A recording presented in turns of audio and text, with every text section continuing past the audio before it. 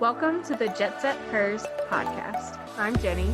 And I'm Jaimie. We discuss travel, adventure, and everyday life. Listen with us and let's go somewhere.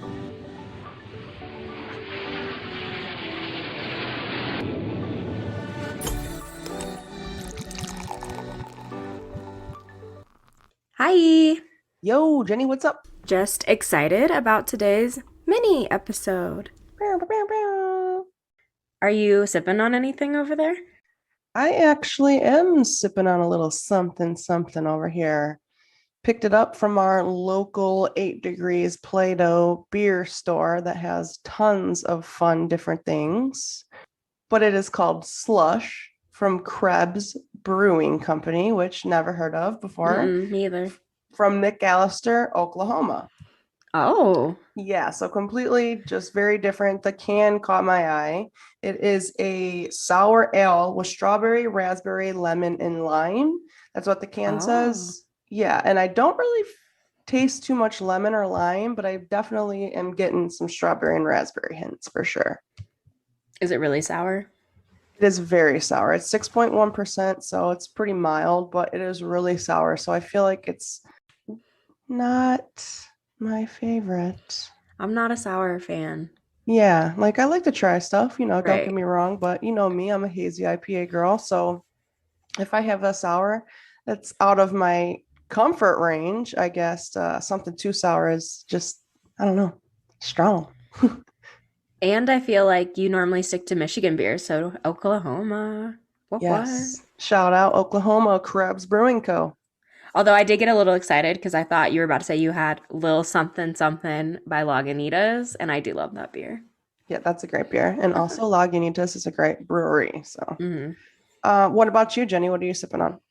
So similar to Lagunitas, I kind of stuck with one of the staples today. It's always reliable, but Stone Brewing. And I picked up their Tangerine Express Hazy IPA because I thought it was everything I was going to love, some tangerine, some hazy IPA, and Stone is always so solid. It's not my favorite. It's a little too skunky tasting for my liking, but it's drinkable. It's 6.7%. It's got a cool can. It's got like hints of like tangerine and pineapple. Okay. I definitely have had that beer before. And it's one of my definite go-tos. I feel like you're right. Stone has never let me down before. So Right. Arrogant Bastard was always like my stepping stone into the craft beer world just because the name would catch my eye. Okay. And the percentage. It was always like one of the strongest percentage beers you could get at the time. I think that's something really cool about the craft beer world is the beautiful looking cans, the graphics, the artwork, and also the names that they come up with is just attractive for people like us. So I love that part of the craft beer community. It's very fun. Right. So do you have some travel news updates? I have a couple updates for you guys. Let's hear them. So week of June 14th, Germany is revealing a plan to lift travel restrictions previously put in place for the COVID-19 pandemic.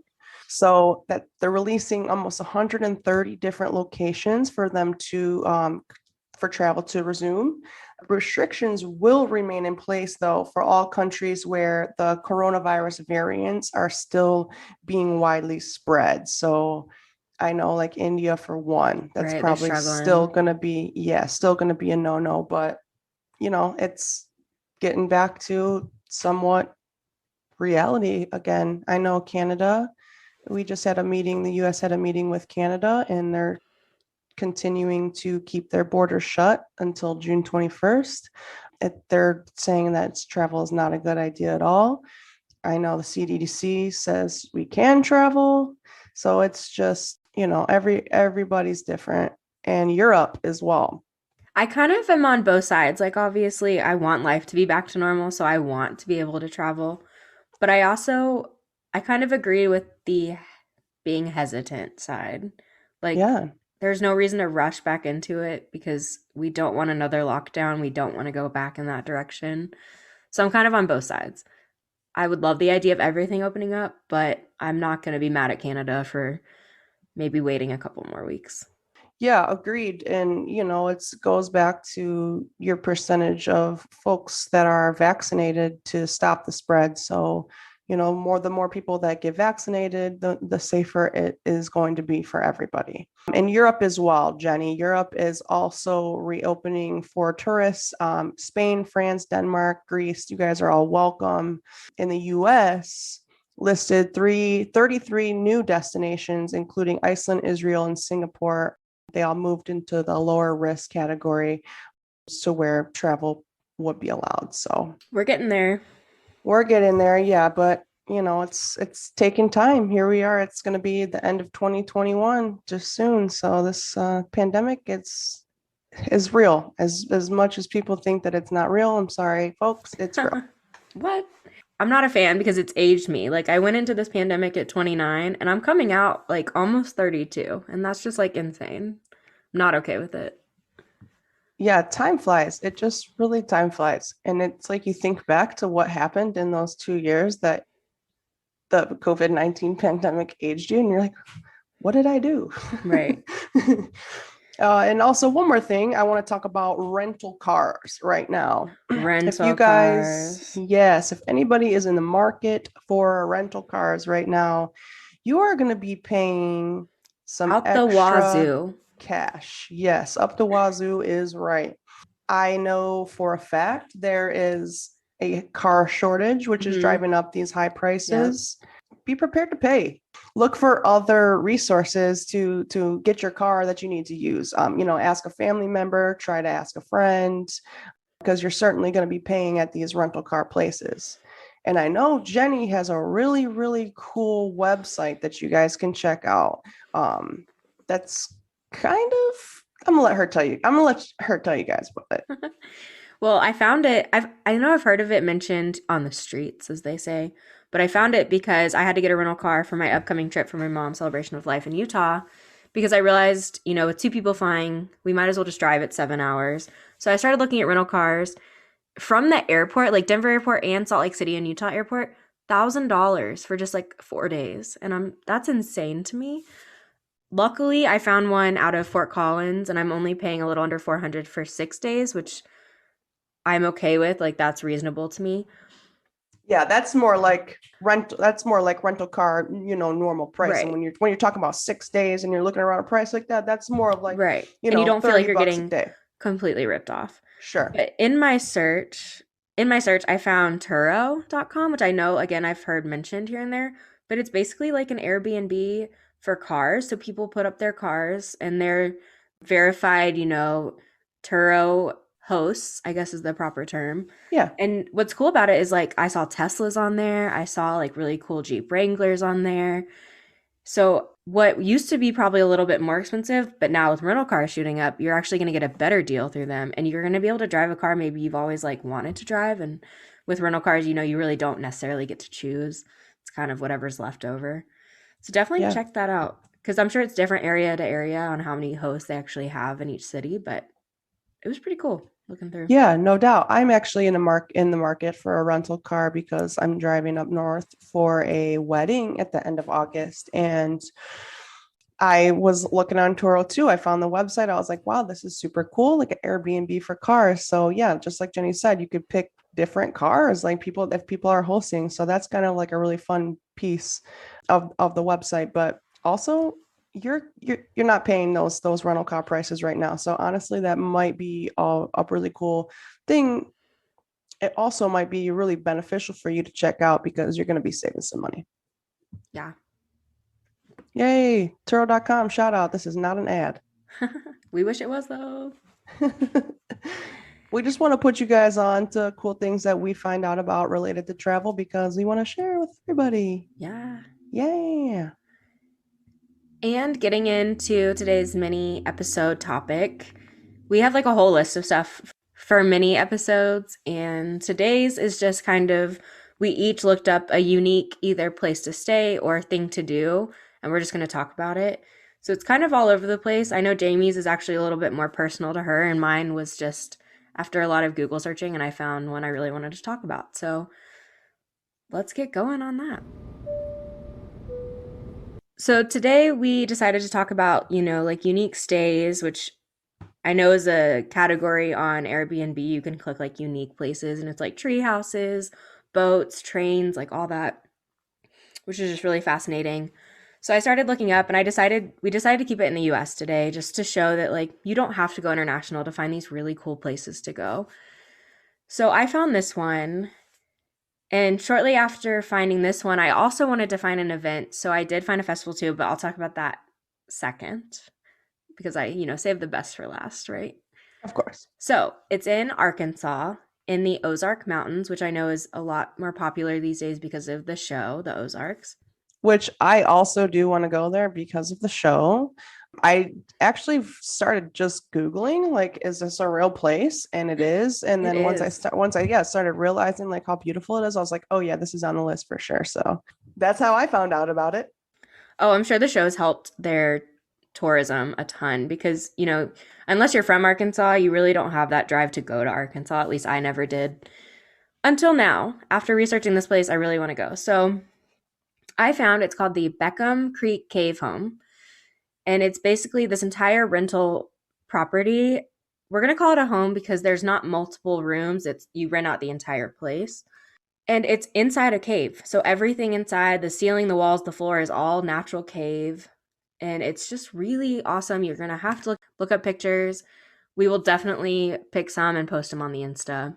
So it is a one of a kind getaway, and it's a luxurious 5,800 square feet, four bedroom, four bathroom cave. It is near Jasper and Parthenon, Arkansas, which is in the Ozark Mountains. It fits up to 12 people comfortably, and it has three private bedrooms with queen beds, private bathrooms, a upper floor honeymoon suite, so that's the really fancy one, a private master bedroom with a king bed, and then there's a one of the rooms has a round queen bed, which kind of reminds me of like the 60s or something, but it's still really cool. A circle of making bed. Yeah, and there is also a loft with two twin beds overlooking the dining room and the living room. Now it does have like a gourmet kitchen. However, this place is not cheap. It's $1,600 a night, and that doesn't matter when you go, what time of the year. It's $1,600 a night, and it's like a 2 night minimum on weekends. So at first I was like, wow, that's insane. But if you take 12 friends and you split the cost, it's only like $134 a night. And that's not that bad for like a really unique stay. And if there's four bedrooms and four bathrooms going with yourself and 11 other people, that's not going to feel like you're cramped in this. You have Not at tons all. of space. And you're like in the mountains. So if you really need to get away from everyone, you walk outside. There are a ton of hiking trails nearby, and some I just like wrote down real quick. Glory Hole Falls, which is apparently the most famous waterfall in Arkansas. And I did not even think of the name until just now with Glory Jaimie's Falls. face. Glory Oh. Hole Falls. However, the picture is really pretty, so don't let the name fool you. It's not pervy. Oh, I did not even connect It's the okay. We're dots. leaving it. We're fucking leaving it. And you're leaving that whole thing in. Hawksbill Crag, Smith Creek Preserve, Lost Valley, Ponca to Steel Creek Overlook, and Indian Creek. Those were all just really pretty hikes that you can do that are close by. There are a bunch of caverns that you can visit nearby, and I know me and Jaimie both love a cave, and I'm sure our listeners do too. So, Mystic Caverns, Cosmic Caverns, which I love that name, and Hurricane River Cave. And there also is a ton of opportunities for fishing in the rivers, for kayaking, canoeing, and a ton of horseback riding through the mountains. All of that sounds like a perfect little weekend away for me. And it's very adventure and outdoorsy and exploring. There's going to be tons of that, so it's going to be like an outdoors Hmm. retreat, essentially outdoors type of trip. You want to be in nature, you want to release. That's where you go. And like it did say it's really good for work retreats too. So if you need some like team bonding, this might be the perfect place to go. Or family reunions, meeting up with friends that live across the country. Like it could be anything. If you're really bougie, then it could just be, you and your significant other a romantic weekend. But that's kind of expensive and a lot of beds. I mean, a lot of Yeah, I opportunity mean, there, but You could do it, you and your significant other, but make sure you have some friends to bring with you guys. Do it for like a bachelorette party Right. or a wedding party, something like that, where you're fine with a group of people going, because that that's a pretty penny on a price tag. Right. But certainly worth it. You But guys, it's doable. the pictures are absolutely, I mean, you have a cavern in your room. You have a cavern in the kitchen. You have you're walking through the whole You're entire literally in a cave the whole cavern. time. Yeah, Right. the cavern is walls is right next to you sleeping. So I think my favorite was like one of the showers. It was one of those like big rain type shower heads in the middle of like a cave. And I think that would just be so cool. yeah, I mean, it doesn't get much better than that. You are no closer to nature than that. Like, Yeah. perfect. Okay. So after I research this stay, which obviously we have to go to, maybe we Yeah, can make that's a on the jet set list. hers little trip there. We just need 10 guests to come with us. Yeah, that's on the list. Make sure you write this down, Jenny, in the Jet Setter's notebook. Okay. So I was looking up events nearby, and it was very quickly that I found this one and realized that this was perfect to talk about. So it is the annual Bean Fest and Championship Outhouse Race. Why is it perfect to talk about, Jenny? Because we love farts? I mean, farts are never not funny. I'm sorry. I mean, sorry, not sorry. I'm a woman and I love a good fart. So Nothing wrong talk with that. I was talking to Susie, my sister, everyone knows her. She's been on the pod before about this event, and I was like, the beans must be the fuel for that For- for the outhouse race. You fuel up on the beans and then you race the outhouses. So they build these little outhouses, and I saw one that was like one of the local barbecue joints, like they made one, and it's not actually like automotive. So it looks like an outhouse. It has wheels, and you have the main driver that has the steering wheel, and they sit on a toilet seat. And then you have Oh two guys my behind gosh. you, and they push and run. So it's like a on foot race in these Oh outhouses. my gosh. And it says something about 2,000 pounds of great value pinto beans. That's what they're cooking, and that's the competition. However, it also said cornbread, and I've been really craving some good old Southern cornbread, so that made me a little hungry when I was looking this up. But I just wanted to read through some of this because it's been going on since 1982. Wow. This year's will be the 39th annual of this Oh my festival. It's gosh. in Mountain View, Arkansas, which is about a little over 2 hours from this cave we're gonna stay in. It's not bad. Make a day trip out of it. Yeah. Over 25,000 people or more show up from all over the country. They all dress up in wacky outfits and they try to get these bragging rights for like the best beans or to win this outhouse race. So it says early in the morning, fires are lit under about 30 to 40 large antique cast iron pots loaded with all this pinto beans. And then So it's a also, bean like tasting contest too. yes, Oh my gosh. yes. So first they do a parade of all these outhouse cars, and then they actually race them. And again, it's not like a automotive race, it's like on foot pushing race. I'm shook already. Okay, so these teams are competing for the gold, silver, and bronze toilet seat award. How crazy is that? That's amazing. Actually, I'm really glad you found that and now we know about it because that's amazing. We have to go. I was just looking for, maybe a cool music festival or something, and this popped up, and I was like, nope, this is what we're talking about. I've never heard of anything like it, and I have to go. That's incredible. Well, what was the name of it again? It's the annual Bean Fest and Championship Outhouse Race. And if you want to attend, this year is the 39th annual, and it's October 22nd at 9 a.m. through October 23rd, 7 p.m. So this year's only 2 days, probably because of COVID, but it's happening. So if you want to go, mark your calendars. Okay. We'll have to shoot for next year because I think I have something going on I do around too, then. actually. But I have a wedding, and okay. I don't know if I can So cancel next a year, wedding for an outhouse 2022 race, Bean but Fest. Yeah. yeah, she might be a little Very mad at cool me. stuff. Very cool stuff. So, what are you talking to us about today, Jaimie? Jaimie. So I actually know of, and I stuck to something that is local to Michigan. So there is a lake called Houghton Lake, about, I don't know, 2.5 hours away, about the And y'all middle can't of see my it, hand but here. every time she talks about Michigan, she puts up the little mitten. Shows you where it's at. So the Yeah. lake is like it's Roscommon County and it's Houghton Lake. My uncle used to have a little cabin on Houghton Lake that we'd go to for years when I was a kid. My parents would go even before I was born. It's actually in the winter. So they usually have it in January. I believe it was just held in February. I think it was canceled because of COVID, but the most recent one I believe wasn't later in February. But Houghton Lake freezes over in the wintertime. So they have a full winter festival on the lake. It's called Tip Up Town. Tip Uptown. Tip Up Town, yeah. So it's been going on for so long. It began in 1950. Oh, So, wow. like I said, my parents were going before I was even born. Family members of my family were going. I was up there when I was super little with my parents. I don't remember, but I do know a few people that have recently went like in the most recent years. So there's tons of stuff you can do up there. There's snowmobile races. They have a polar bear Ooh. dip, ice Perfect. fishing. They have a 5K fun run.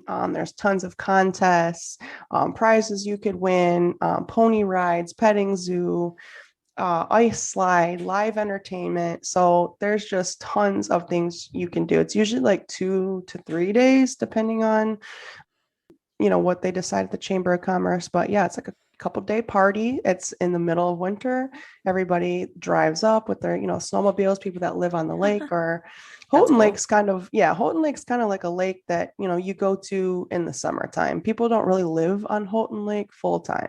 So that's, I mean, twice a year, 2 seasons to go to your winter home, if you Right. go in the winter and you go in the summer. But just absolutely super cool. So that was my event that I chose today. And Houghton Lake is near another lake called Higgins Lake, which is like 20 minutes outside. Houghton Lake and Higgins Lake are both really shallow water, really clear water. So you could walk out a mile on Houghton Lake and Higgins Lake, and you'll be up to your belly. Like it's very Okay. shallow Because I was sitting here for a thinking, like, while.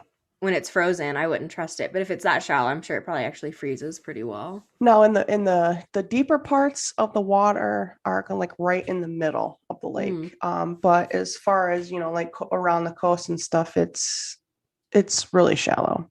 So that was really fun. Being a young kid, we could go so far out. And, boats can't even really cruise in that shallow water because they're going to get stuck. So, right. being a kid, we're not worried about getting hit. Our parents aren't worried about us swimming, getting hit because it's too shallow for those boats, anyways. So, we could be a half mile out and our parents feel completely comfortable because it's not even up to our waist yet. So I've had a lot of cool memories going up north to Houghton Lake as a kid, but I wish I had some memories of Tip Up Town because the pictures and all the stories I hear from my family is so fun, super cool. But I was going to say is there's tons of places for rent around there. Houghton Lake, Higgins Lake, you can find cabins, log cabins. You can find just vacation rentals on Airbnb. Right. They have like just little resorts that are up there, like cabin rentals that people own. That might be like their summer thing. So there's plenty of accommodations to find up there. Tons of little mom and pop, like little restaurants, little spots. And if you go outside of Roscommon, you can go 30 minutes in each direction and you're going to be in another major city. So I was gonna say, I feel like if you're going for the event, for the fest, you would want to find like a cool cabin, like get that winter yes. vibe, you know? Yes.